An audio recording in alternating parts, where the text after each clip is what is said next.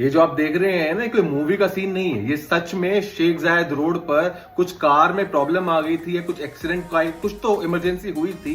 वहां पर उसको रेस्क्यू करने के लिए पुलिस का हेलीकॉप्टर आया रोड पर। 2 मिनट के लिए ट्रैफिक को रोक के उसको बचाया गया और सच में उसको रेस्क्यू किया गया। और विद इन 1-2 मिनट के अंदर सब चीजें वापस बैक टू नॉर्मल हो गया हाईवे पे।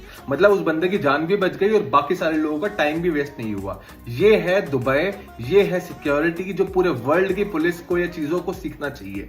शेयर कर दीजिए सभी लोगों के साथ ये वीडियो।